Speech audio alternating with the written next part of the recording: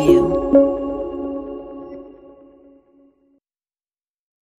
Hi guys, welcome to my channel New Basic Learning, and today I am going to start the new chapter in biology, which is the circulatory system for class 10th. So before starting this chapter, I just want to tell you that this chapter is so interesting. If you will take interest in this, then it will be more interesting for you to understand this chapter very easily and properly. So this particular chapter you have read before also in class 9th also, in 8th also. So let's see what is circulatory system. Before starting this chapter, here we need to understand the transport inside the body. The need for transport inside the body. For example, the digestive system, respiratory system or excretory system. The need for the digestive system is to absorb the nutrients which is required for the body.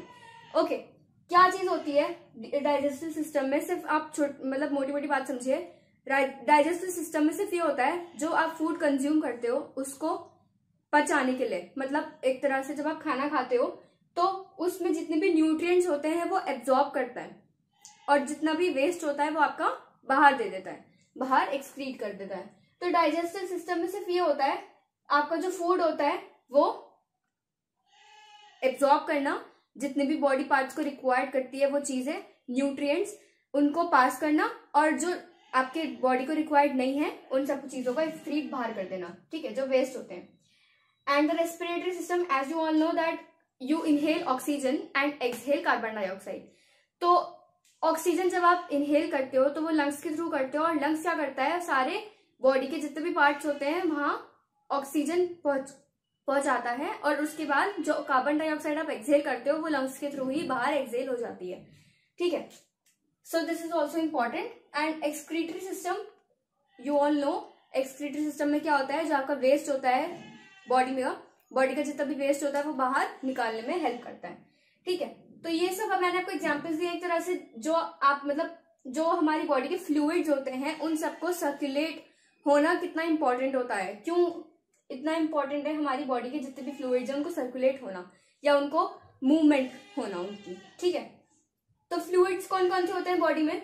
Blood, tissue fluid and lymph. Blood you all know it is of bright red colour, ठीक है. And जो veins होता है, veins में कौन सा blood होता है? Dark red. बहुत सारे लोग इसमें कंफ्यूज हो जाते हैं कि हमारी जो हार्ट में ब्लड होता है वो कौन सा होता है, और जो हमारी वेन्स में होता है, सॉरी आर्टरीज में और फिर हार्ट में, वो होता है ब्राइट रेड, और जो वेन्स में होता है वो होता है डार्क रेड. वेन्स में डार्क रेड कलर इसलिए होता है क्योंकि वो डीऑक्सीजनेटेड होता है, और जब आप अपनी वेन्स को देखोगे तो वो आपको ब्लू या फिर पर्पल में दिखेंगी बाहर से, ठीक है, वो विजिबल होती हैं. और जो आर्टरीज होती हैं वो डीप सीटेड होती हैं, इसलिए आपको वो दिखाई नहीं देती. तो वेन्स में कौन सा होता है ब्लड? डीऑक्सीजनेटेड, और उसको कहते हैं हम dark red. Dark red colour होता है वेन्स में, और आर्टरीज में ब्राइट रेड.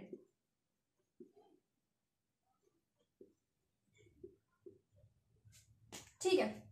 तो ब्लड किस में कंटेन होता है? किस में होता है? हार्ट में, ब्लड वेसल्स में. ब्लड वेसल्स से मतलब आर्टरीज, वेन्स एंड कैपिलरीज में, ठीक है. अब टिश्यू फ्लूइड क्या होता है? जो हमारा मान लीजिए कोई सा ऑर्गन ले लीजिए, मान लीजिए लिवर ले लीजिए, तो लिवर में क्या होता है? वो एक ऑर्गन है लिवर, ठीक है. तो लिवर में जितने भी सेल्स होते हैं, मान लीजिए ये सेल्स हैं लिवर में, तो इनके बीच में जितना भी स्पेसेस होता है, ये स्पेस है, इसमें क्या होता है? स्पेसेस में टिश्यू फ्लूइड, ठीक है. इन सब स्पेसेस में, सेल्स के स्पेसेस में, सेल्स के बीच में जितना भी स्पेस होता है वो, उसमें क्या होता है? टिश्यू फ्लूइड होता है. और लिम्फ क्या होता है? लिम्फ किसमें कंटेन्ड होता है? लिम्फेटिक वेसल्स में या फिर लिम्फेटिक ऑर्गन्स. लिम्फेटिक ऑर्गन्स मतलब टॉन्सिल्स या फिर आप कह सकते हैं स्प्लीन. इनमें क्या होता है? लिम्फ होता है, ठीक है. तो मैंने आपको यहाँ पे बताया है कि हमारी बॉडी का नीड क्यों होता है ट्रांसपोर्ट करना किसी भी फ्लूइड का, ठीक है. Need for the transport for body. And next I have told you about the fluids in our body. कितने फ्लूइड्स होते हैं? So let's move further. Now let's first understand the difference between the arteries and the veins. Arteries में आपका जो blood होता है वो होता है bright red, जो होता है oxygenated blood, और veins में आपका जो blood होता है वो होता है dark red, जो होता है deoxygenated blood, ठीक है. तो ये difference है. कुछ लोग ये भी समझते हैं कि veins में जो blood होता है वो कुछ fluid की वजह से होता है, और vein जो होती है वो blue या purple होती है वो उसकी वजह से होती है, fluid की वजह से. But that is wrong. वो उसकी वजह से होता है क्योंकि वो डीऑक्सीजनेटेड ब्लड कंटेन करता है वेन, ठीक है, और वो डार्क रेड होता है कलर। अब हम पढ़ते हैं नॉन सर्कुलेटिंग फ्लूइड्स। जो सर्कुलेट नहीं होते हैं बॉडी में फ्लूइड, वो दो फ्लूइड्स हैं, synovial fluid and the vitreous humour, ठीक है। ये दो फ्लूइड्स हैं। साइनोवियल फ्लूइड्स क्या होता है, जो स्केलेटल जॉइंट्स में होता है, मतलब जो हमारे जॉइंट्स में कंटेन होता है। जब मान लीजिए ये जॉइंट है, या फिर आपका आप कह सकते हैं उसमें घुटने में होता है, ठीक है, उसमें होता है वो। नी जॉइंट में भी होता है। जब हमारी ओल्ड, मतलब आपने बहुत से लोगों को सुना भी होगा, या फिर आपके दादी या दादा ने भी कभी कभी कहते हैं कि हमारे घुटनों में दर्द है, या फिर उनसे घुटनों की प्रॉब्लम होती है उनको, ठीक है। तो ओल्डर एज में जाके क्या होता है, जो साइनोवियल फ्लूइड होता है वो जो जॉइंट्स में होता है वो कम हो जाता है, ठीक है, वो कम हो जाता है। और उसकी वजह से जो दो बोन्स एक साथ हैं, मान लीजिए ये बोन है और एक ये बोन है, इसमें बीच में क्या आता है, साइनोवियल फ्लूइड।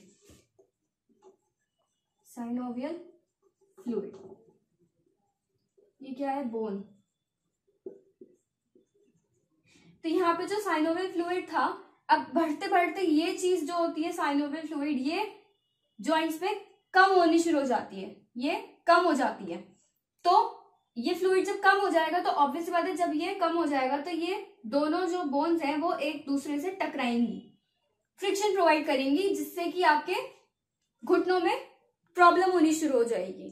तो इस वजह से ये साइनोवियल फ्लूइड जो होता है ये सर्कुलेट नहीं होता, ये कहीं पर भी सर्कुलेट नहीं हो सकता, मतलब इस जॉइंट से कहीं और बॉडी के पार्ट में नहीं जा सकता, ये यहीं पर रहेगा। और विट्रस ह्यूमर आई में होता है, जो कि वो भी नॉन सर्कुलेटिंग होता है। The both fluids do not circulate in the body. Okay, now the properties of blood are, blood की प्रॉपर्टीज आपको बहुत अच्छे से पता होनी चाहिए। एक तो ब्लड कभी स्टेशनरी नहीं होता, मतलब वो हमेशा सर्कुलेशन में ही होता है, वो कभी रुक नहीं सकता।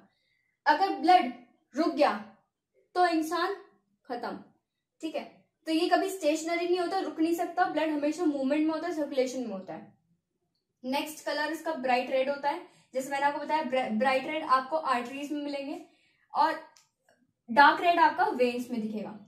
वॉल्यूम इसका क्या होता है, 5 to 6 litre average adult human, average adult human, मतलब एक एवरेज ह्यूमन में 5 to 6 लीटर्स ब्लड होता है। ओके, टेस्ट इसका क्या होता है, सॉल्टिश होता है। आपने अगर कभी भी आप मान लीजिए कट लग गया हो तो आपने टेस्ट भी किया होगा, कुछ लोग मुंह में ले लेते हैं एकदम से, जहां पे आपका कट लगता है तो वो आपको टेस्ट करने के लिए भी मिलता है, तो उसका टेस्ट भी आप में से कुछ लोगों को पता होगा कि वो सॉल्टिश होता है। And the blood is saltish alkaline with pH of 7.3 to 7.45, मतलब 7 क्या है, न्यूट्रल है, 7 is neutral, nor acidic nor alkaline. Blood का pH जो होता है वो 7.3 होता है, और आप इसे ये भी लिख सकते हैं 7 होता है, जो कि न्यूट्रल होता है, ना तो एसिडिक होता है ना इसका एल्कलाइन होता है। So let's now move further and let's see what are the functions of the blood. So the functions, अगर हम बात करते हैं फंक्शंस के बारे में ब्लड के, तो ब्लड के दो फंक्शंस होते हैं, एक तो ट्रांसपोर्टेशन में, ट्रांसपोर्ट करना, और एक होता है प्रोटेक्शन में, ठीक है।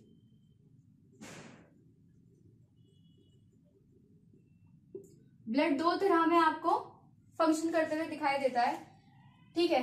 दो तरह के फंक्शंस आप देख सकते हैं, एक तो ट्रांसपोर्टेशन में, ट्रांसपोर्ट करना, और एक प्रोटेक्शन में। ये दो फंक्शंस होते हैं ब्लड के। तो ट्रांसपोर्ट में अगर हम देखते हैं तो वो होता है डाइजेस्टेड फूड, मतलब कि फूड को डाइजेस्ट करना, उसमें हेल्प करता है।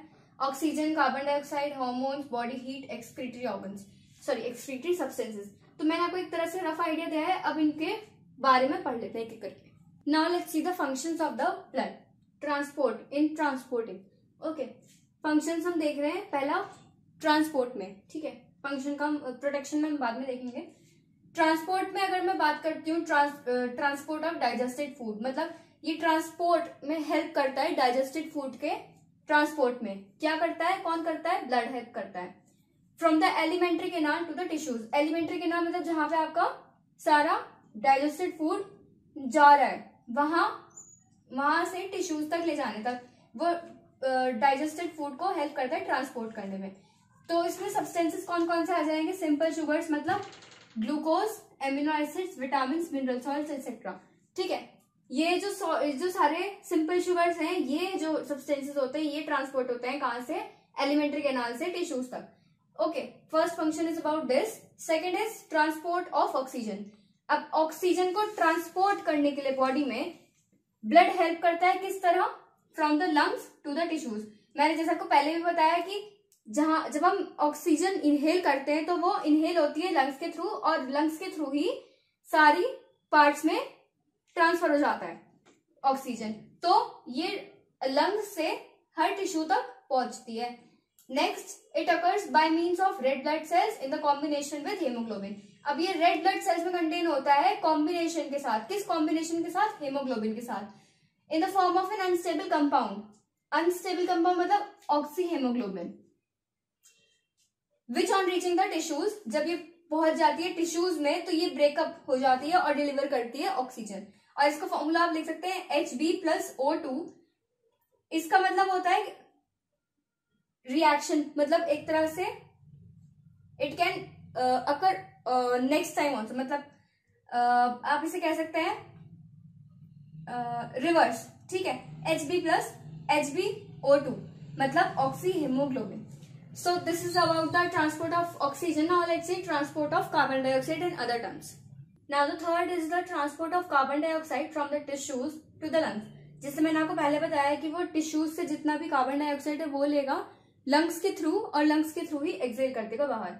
It occurs partly in the combination with the haemoglobin and partly as the solution with the solution as a solution in blood plasma. तो इसका फॉर्मूला बनेगा Hb+CO2 HbCO2 that is carbamino haemoglobin. ठीक है, carb amino haemoglobin जो कि आपका partly solution में है, किसके कॉम्बिनेशन के साथ? हेमोग्लोबिन के साथ, and as a solution in blood plasma. Next is transport of excretory materials from, तो इसका एक्सक्रीटरी मटेरियल्स का ट्रांसपोर्ट होगा कैसे? From the tissues to the liver, kidney और द स्किन फॉर एलिमिनेशन और टू रेंडर देम हार्मलेस। मतलब जितने भी टिश्यूज हैं आपके, उससे सारा बाहर निकालना, कितनी सारी चीजें वेस्ट होती हैं बॉडी के अंदर, वो सब बाहर निकालना टिश्यूज से to the liver and the skin for elimination और टू रेंडर देम हार्मलेस। तो इन सबको बाहर निकाल देता है ये सारे वेस्ट और इन सब उससे ऑर्गन से। So next is about the protection. जो दूसरा फंक्शन था ब्लड का वो होता है प्रोटेक्शन में। तो प्रोटेक्शन में क्या क्या चीजें होती हैं, क्या क्या प्रोटेक्ट ब्लड करता है, उसका फंक्शन देखते हैं। Now let's see the function about the protection. Okay, function of the blood by protection.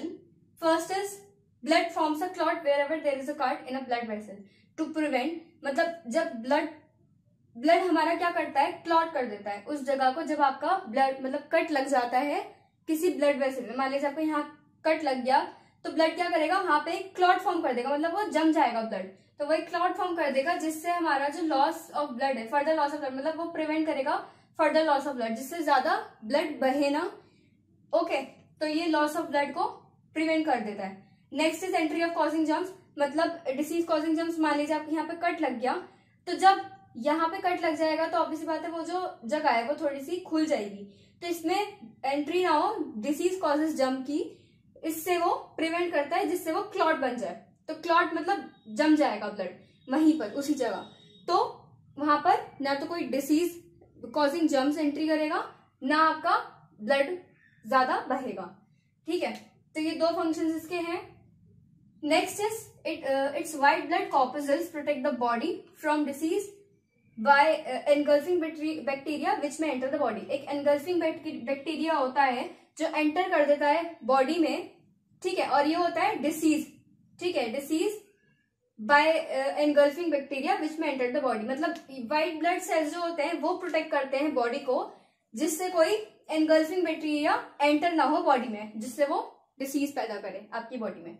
तो वो कौन करता है? उसका काम, किसका काम है ये प्रोटेक्ट करना बॉडी को? व्हाइट ब्लड कॉर्पस्कल्स का। Next is it produces antibodies and antitoxins which neutralizes the poisonous substances or kill the germs which enter the body। मतलब ब्लड क्या फॉर्म करता है? प्रोड्यूस करता है वो एंटीबॉडीज और एंटीटॉक्सिन्स, जो न्यूट्रलाइज कर देता है पॉइजनस सब्सटेंसेस को और मार देता है जर्म्स को जो आपकी बॉडी में एंटर हो चुके होते हैं। ठीक है, तो ये आपका फंक्शंस था प्रोटेक्शन की तरफ से।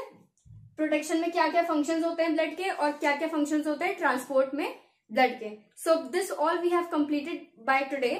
इन the next part I will be covering the next further topics. So for that part, stay happy and stay tuned. If you like this video, please hit the like button, share my video and subscribe my channel and hit the bell icon to get the more latest updates. Thank you for watching.